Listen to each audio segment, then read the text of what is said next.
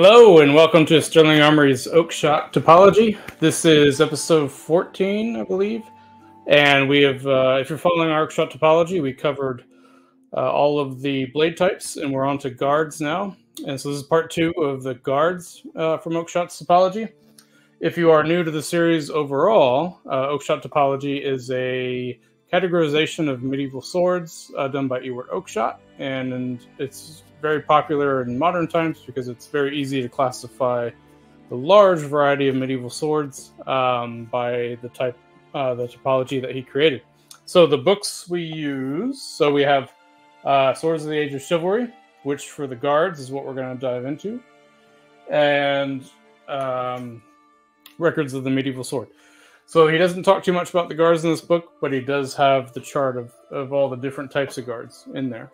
Oh, is that music a little loud? There we go.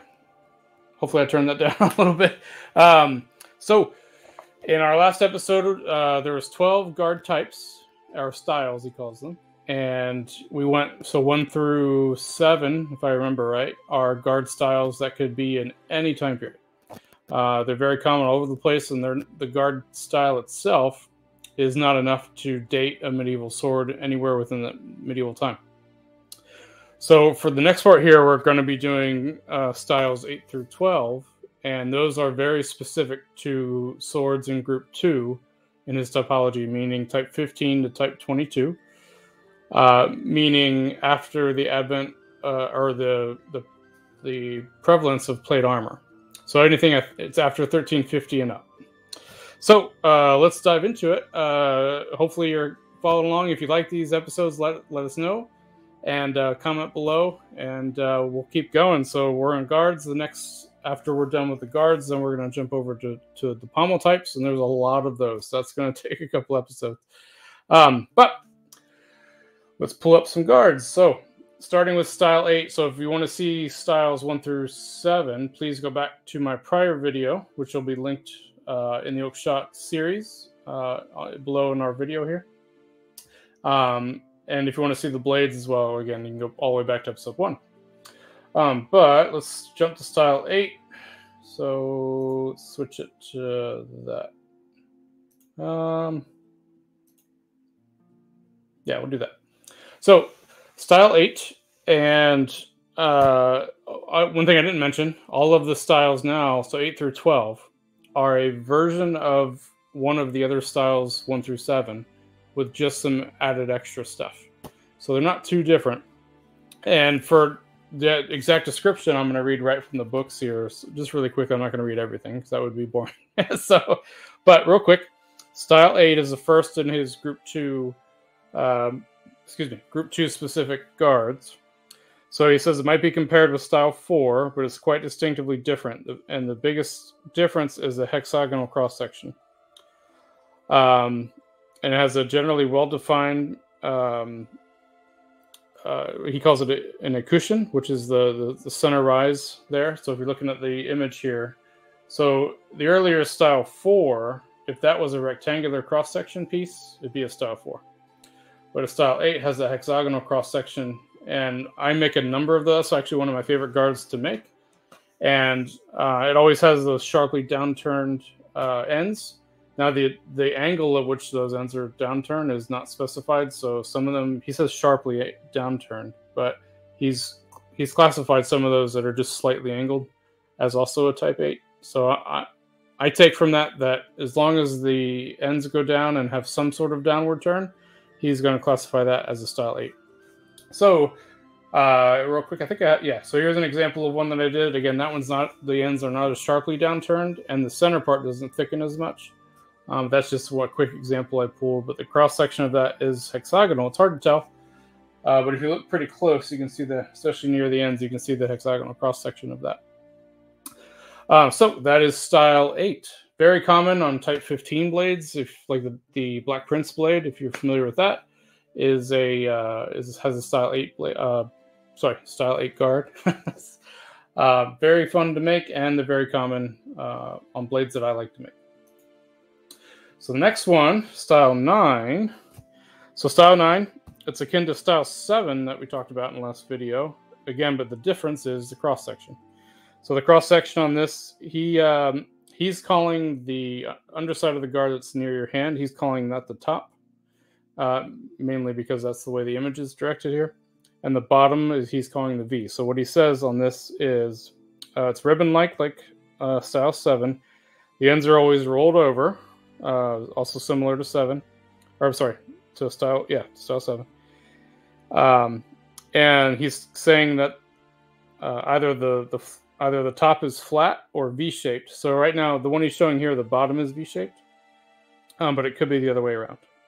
So yeah, that is a style 9, and I have an example here. So here's a very this one had a very minor V on the guard facing the blade, but you can see the ends are rolled, and there's a little V section there. So if I would have left the V section off and kept it a rectangular cross section, that would be a style 7. Very minor differences. So for style 8 and 9, I'm not quite sure why he made them a specific separate type when really the only difference is the cross section. So in other styles, he allows them to be also cross section. So I'm not sure why these particular ones are different. My guess is because these are very, very specific style guards, and they're very popular in short periods of time. So style 9, for example, the one we're looking at now, is very common from late 1300s to early 1400s in all sorts of English art and brasses, and there are a lot. So I think that's why he classified it by itself, but I'm not entirely sure. So that is that one. The next one is style 10. This is one that I just don't like to make, so I don't do this one much. But real quick, so it's like style 2. Again, it's similar to one of the older styles. With the long arms, either round or hexagonal or octagonal section, they taper inward towards the center of the guard, and it has a very built-up cushion section. So again, not something I like to do, mainly because, in my opinion, that the guards are not quite as strong as if you didn't narrow down the arms tapering out. So if you didn't taper those arms in, you kept them the same thickness, which is what I typically do. And I do that a lot. I personally think it looks better. Again, this is one I'm not sure why it's by itself, because guards that are almost identical but don't have that taper, they're pretty much the same. They're made the same. I'm not sure why he separated this out on its own, but he did. I also don't have an example of this, and I couldn't even find an example of a modern maker who makes one of these. I'm sure one exists, and I know I've seen a lot, not a lot, but I've seen museum examples with it. I just don't have one here to show. So sorry about that. So next one, though, the complete opposite. So the next one, these are very, very common in museums, especially if you've been to the Met. They have a whole section of blades that just have these guards from the, I'm trying to remember the name of the collection now, the Castellan collection. They all have these style guards. So real quick, style 11 from the books here is it maybe long or short, curved or straight. So see this guard, it could be anything. So the characteristic of this guard is the knobbed ends. So for this one, doesn't matter the cross section for some reason, whereas the other ones it did.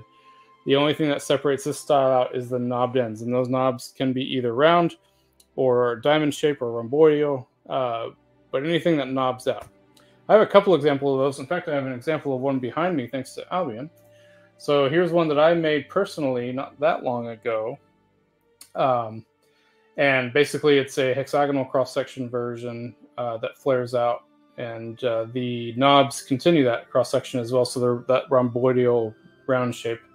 And that is also a version that I did based off one at the Met. So it's a pretty tricky guard to make, but it was fun. Then let me blow myself up here.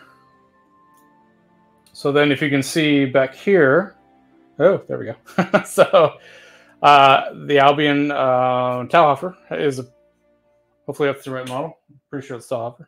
If I'm wrong on that, please correct me, but one of my favorites of theirs. And again, guard with the knobbed ends, style 11. Okay. So let's jump to the last one here. So actually style 11 was the last of his style for quite a while, and then he had an update, and then he added style 12. So let's go back to the slides. So style 12, again, this was in a later edition. And the reason why I think it was a later edition is because before, style 12 fit with any of the other styles. Basically, they would say the style could be straight or S-curved. So now he's pulling all the S-curved ones out and putting them in their own style. So style 12, so the arms are strongly curved in the horizontal plane, and it makes it flat into S. So that's really the big significant distinguishing of this style. However, I will say that the amount of curvature in the S varies drastically throughout time. So I have one here. I don't know if I would actually call this the style 12. It's a very subtle S. It's actually hard to see in that image there, but the right side of the guard flexes out or curves out towards us. The left side curves down towards the floor there that it's laying on, but it's a very, very subtle curve. So I don't know if he would call that a style 12, or if he would actually call that, due to its shape, a style 5. So that might be a 5. So he doesn't really distinguish the amount of curvature. However, he does say strongly curved, and the image itself shows strongly curved. And so he could be trying to be very specific here. So he talks about that there's a whole host of Venetian hilts who have this guard. And when you look up those hilts from the Venetian ones, they are very curved like we're seeing here.